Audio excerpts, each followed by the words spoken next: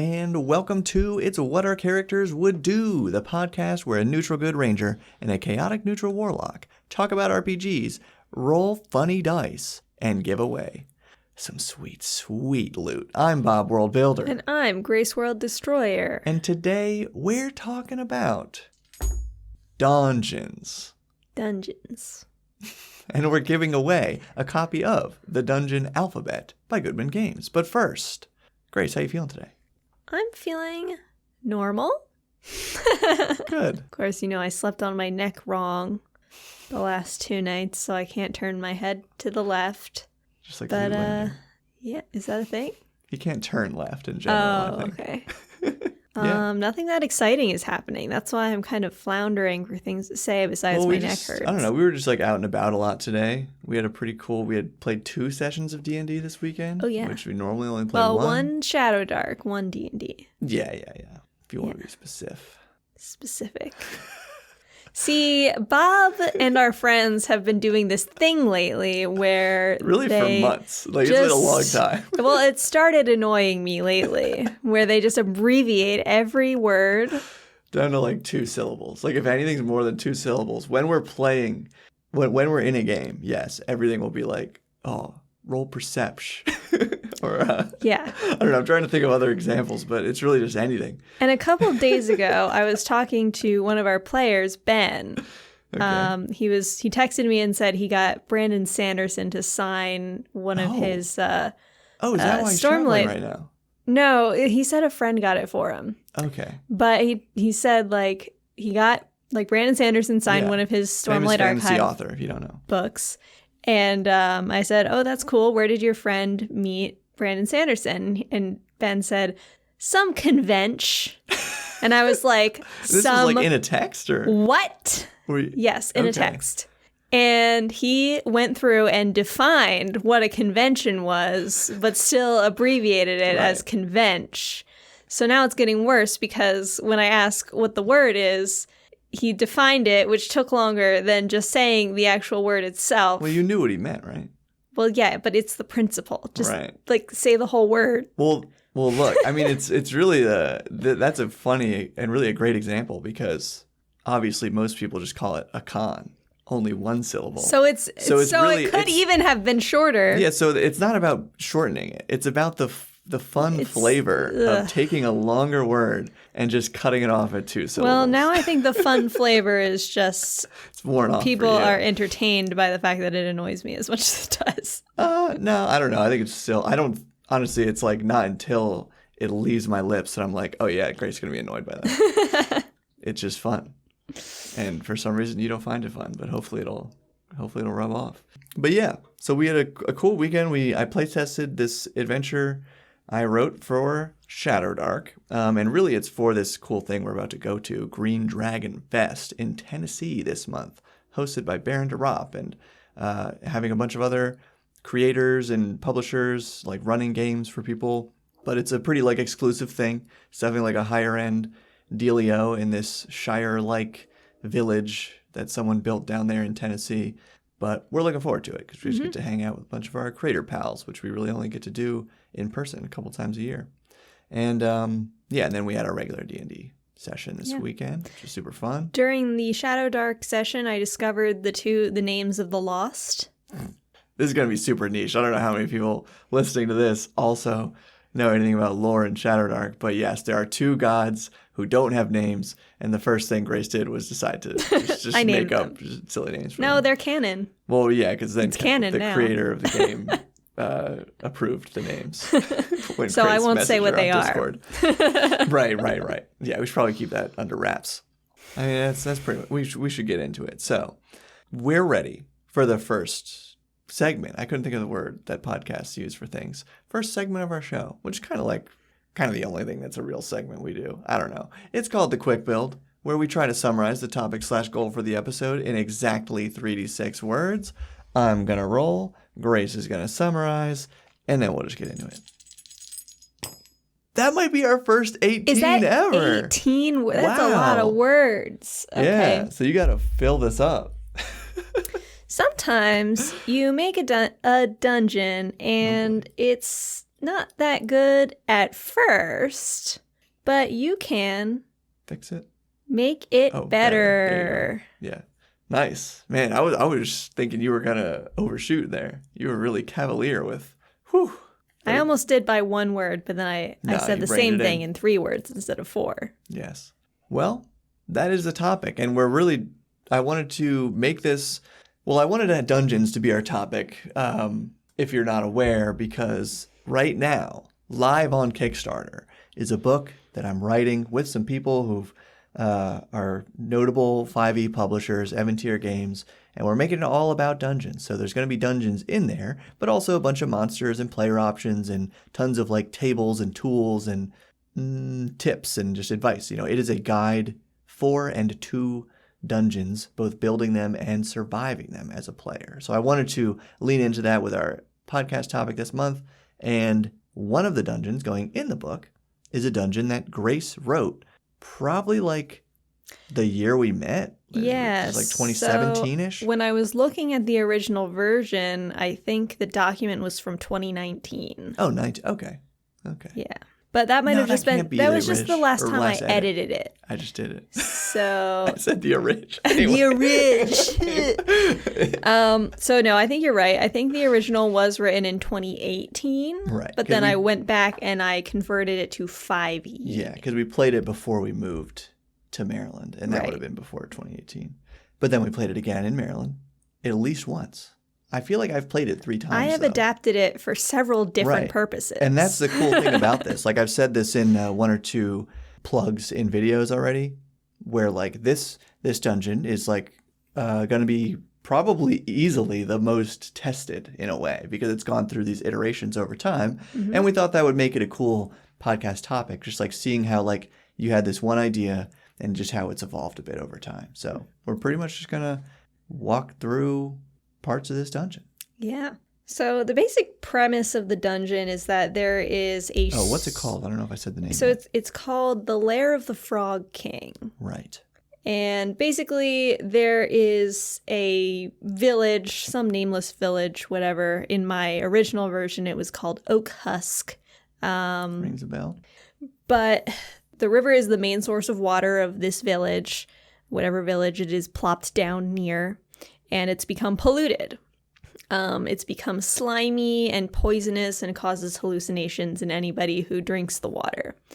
So you, the party of adventurers, have to go and purify the water or find what is fouling it. You may be able to guess what is the cause of it just by the name of the dungeon. I don't want to go into too many details about it. Yeah, I guess we don't want major spoilers. Yeah, no major spoilers. But minor spoilers, probably. But yeah, so the original version was definitely too long. I think that was my main problem with it. Because when I first made it, it only had... And I'm looking at the original map now.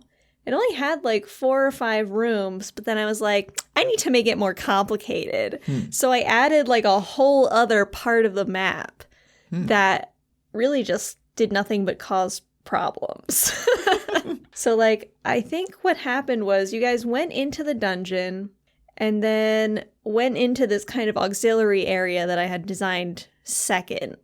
Okay. And immediately split the party because you triggered a trap that got some people caught in one room and other people caught in the main dungeon. Okay. So that's my first tip. When you're making a dungeon, don't... I think that's cool. I mean, it can be. Maybe not right away. It's cooler if you do it on purpose. If you made the dungeon to be that way, then yeah, I think that can be really cool. I think that is kind of a cool concept in video games sometimes, where like you have maybe 2 characters and you switch back and forth between them and they're kind of helping each other get through the dungeon, which is a really good idea.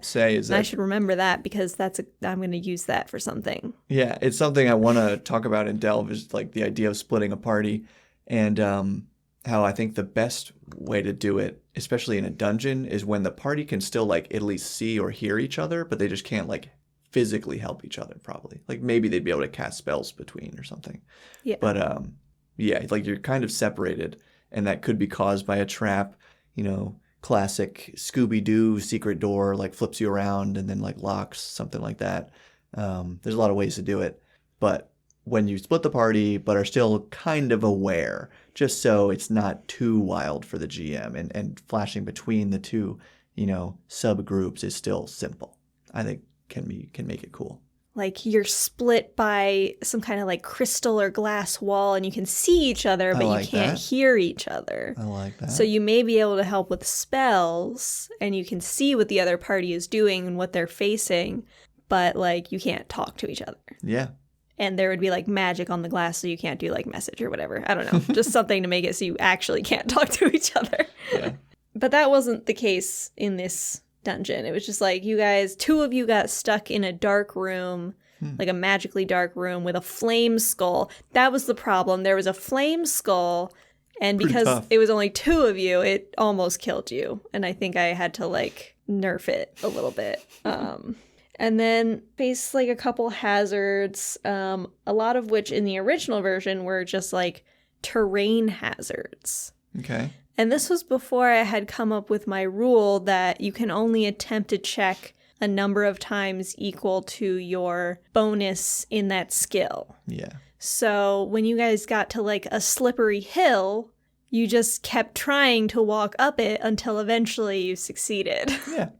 Which is fine because we didn't have a rule in place for that then. Well, right. Or it's like, that's something I always run into, writing the one-shots and stuff that I do for Patreon. Is it's like what's stopping you from just doing it over Well, and yeah, over? it's like if they just have time to do it, they will get it. So like, for example, even in the adventure I just ran you guys through this weekend, there's the climbing the wall at one point where you're like climbing up to this cave mouth.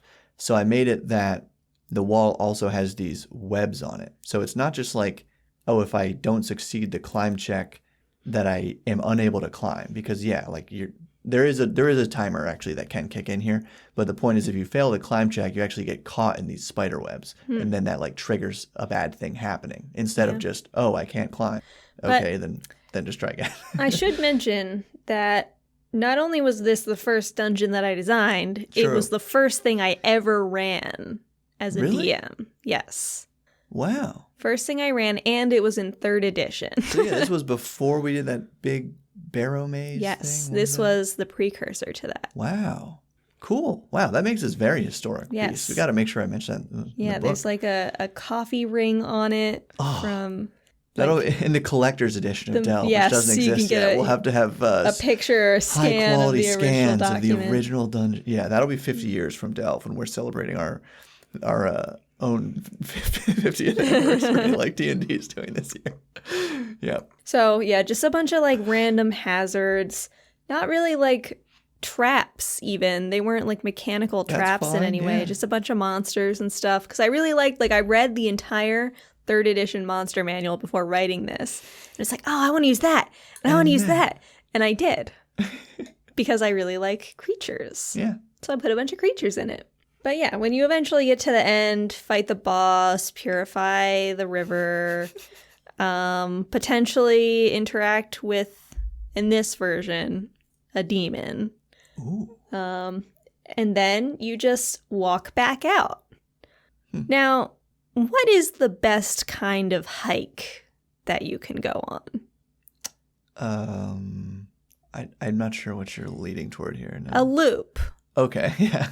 The best kind of hike is a loop because you don't just go to a place and go back the same way, seeing all the same stuff. Yeah. You go around in a circle so you see new stuff the whole time, but still end up back where you were.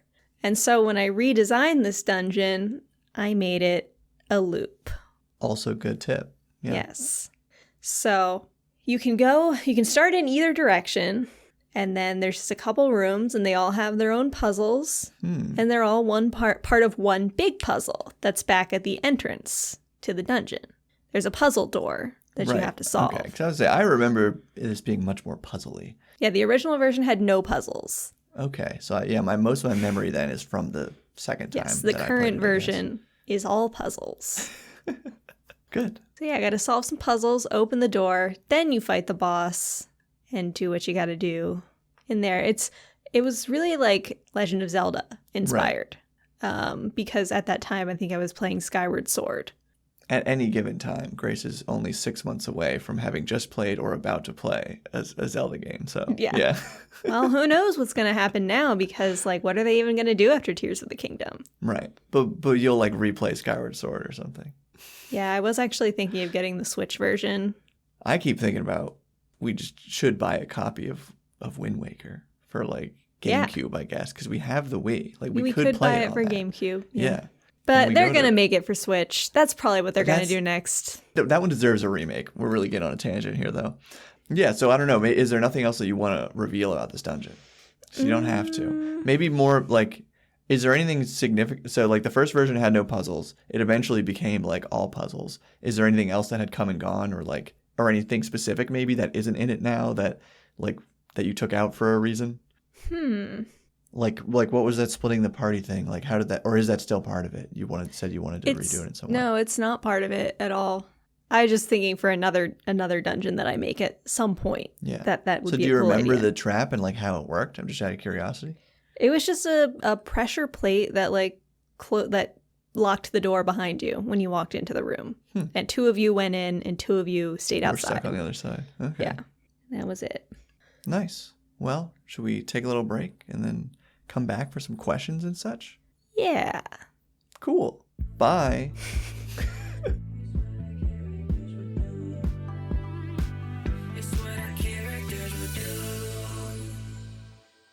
So now it's time for a random encounter, where we roll to read your stories and questions, generally about this topic, and the person who wrote our favorite story or question takes home the loot.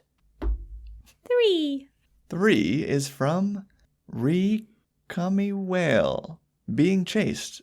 Okay, so I should probably preface this with the question prompt, which was pretty much just share any of your favorite dungeon encounters that you had in the past. So this one says, being chased by a pack mage dogs. Pack of mage dogs? Yeah, probably supposed to be pack of mage dogs. Dog that hunts mages and magic. Pretty cool concept. Through a very large spiraling dungeon. Every turn, we had to beat challenges without calling all the dogs in the maze.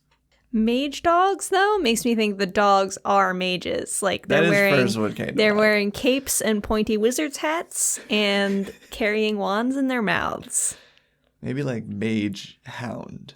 I don't know. I could still go either way. Mage hunter wolves. That sounds cool. That sounds badass. Yeah. Anyway. I mean, it's a cool idea. And I always love a good actual maze.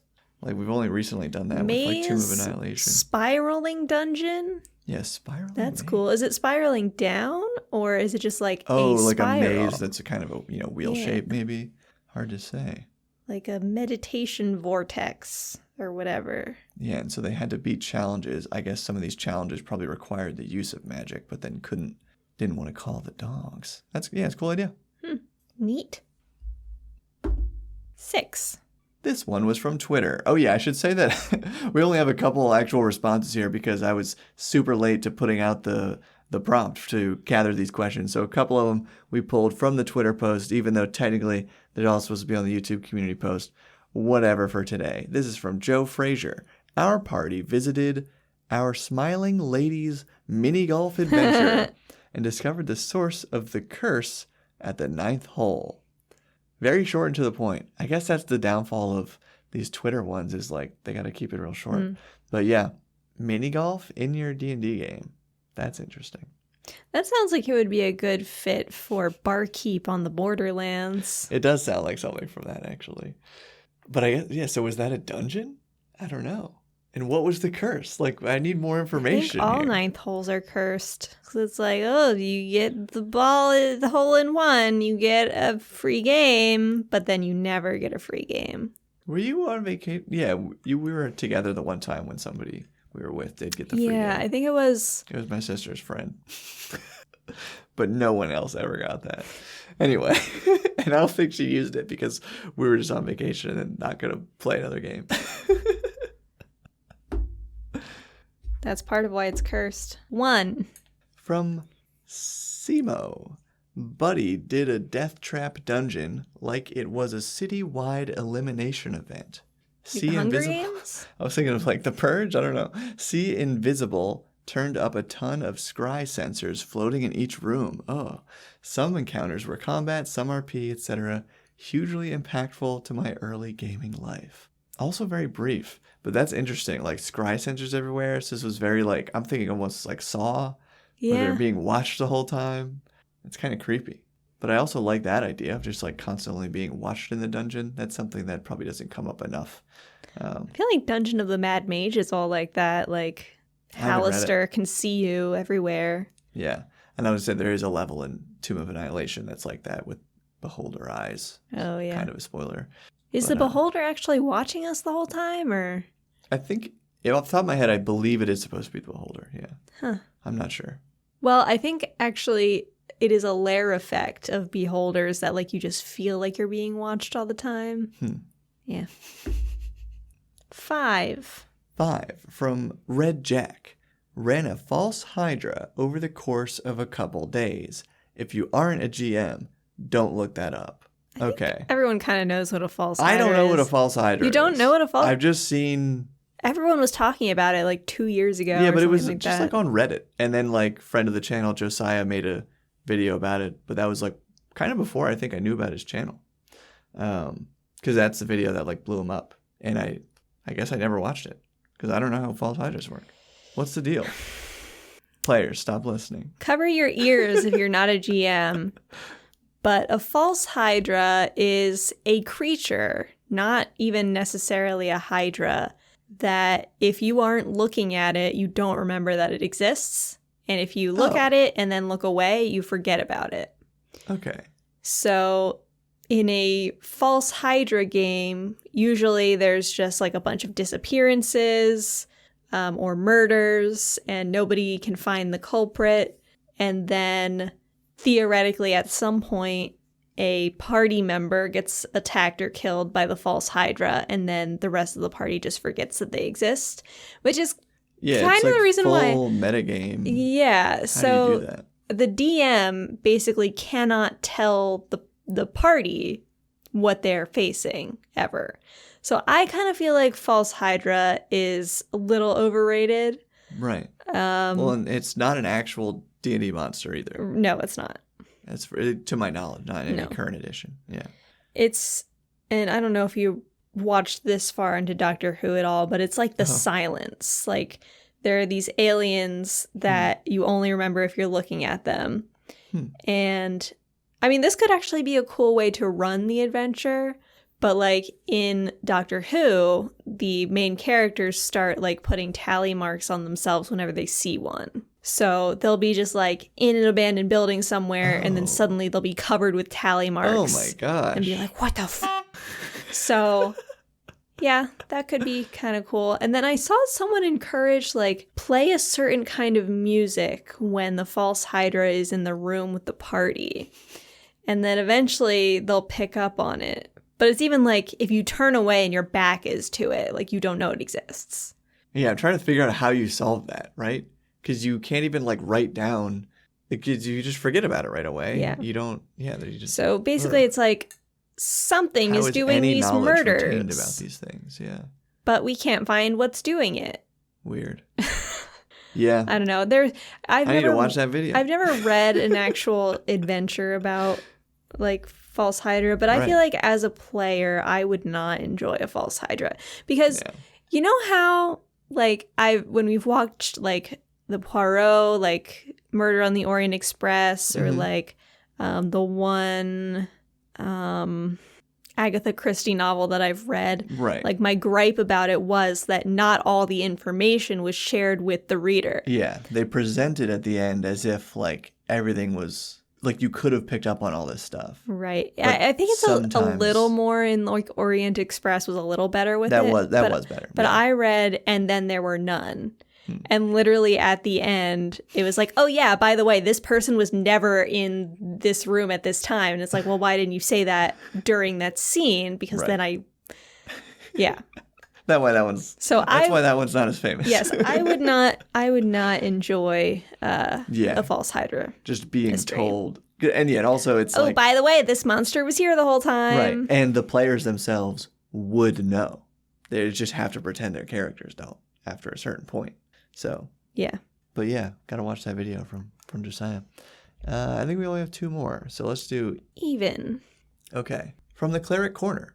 I've recently been really interested in small world stories, following adventures being shrunk down, okay, or tiny people like the Borrowers. So here are some tiny dungeon ideas. Didn't you just read like that? Yeah, I did. Well, Patreon adventures usually freelance written and fully cited as such, but then I like collaborate and make it my own in there too. But anyway, here's a whole list of ideas from the Cleric Corner.